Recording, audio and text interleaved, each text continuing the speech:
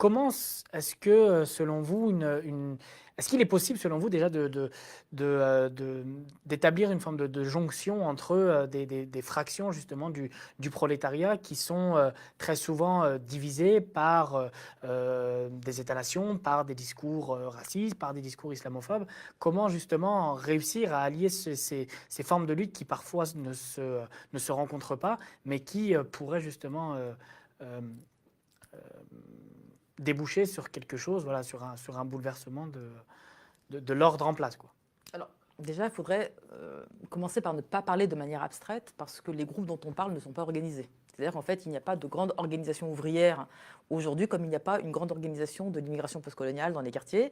Et donc, pour qu'il y ait cette jonction, encore faut-il qu'il y ait un projet de part et d'autre pour qu'il y ait jonction. Là, pour l'instant, c'est le désert absolu. Il n'y a pas le début de quelque chose qui ressemblerait à un nouveau bloc historique.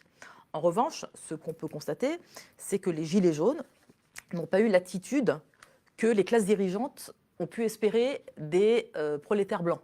À savoir que la propagande qui consiste à désigner les musulmans comme l'ennemi numéro un n'a pas été au centre des préoccupations des Gilets jaunes. Ça veut dire qu'en fait, d'une certaine manière, il y a une certaine autonomie des classes populaires par rapport à la bourgeoisie. D'accord ? Il n'en reste pas moins que la bourgeoisie, les classes dirigeantes font tout effectivement pour créer l'unité entre les prolétaires blancs et la bourgeoisie. Et ce bloc existe réellement. Et c'est le résultat de « nous sommes tous américains et nous sommes tous Charlie ». C'est ça le résultat. Hein, c'est-à-dire l'unification des classes populaires blanches avec leurs élites et la bourgeoisie. Il se trouve qu'avec l'épisode des Gilets jaunes, ils ont déçu, d'une certaine manière, les Gilets jaunes, parce qu'en fait, ils n'ont pas considéré les musulmans, les quartiers, comme étant leur ennemi principal. C'est ça qui fait qu'il y a un espoir quelque part.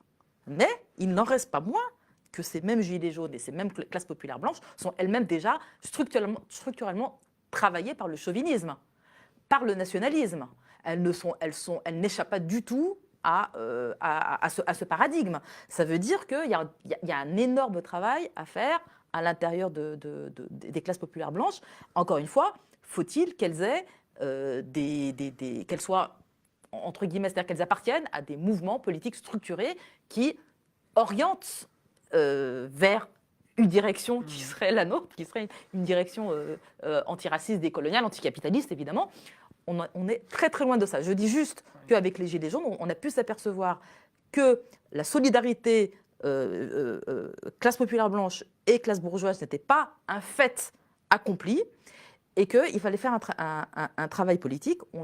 Malheureusement, on est très loin de cela, mais il n'en reste pas moins que les classes dirigeantes ont paniqué. Elles ont quand même paniqué.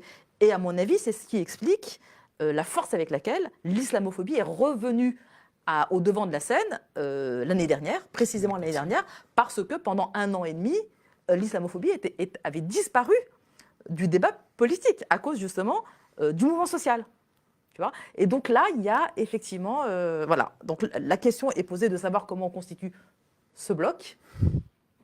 Et il y a la question des stratégies aussi, il y a la question de l'autonomie, parce que c'est vrai que l'antiracisme politique s'est caractérisé par une autonomie très importante vis-à-vis des partis de gauche, mais il a aussi ses limites. Donc ça pose évidemment les questions Il a ses limites parce que pour l'instant, il n'y a pas de force politique non blanche ou des quartiers qui existent réellement et qui peut se prétendre force politique.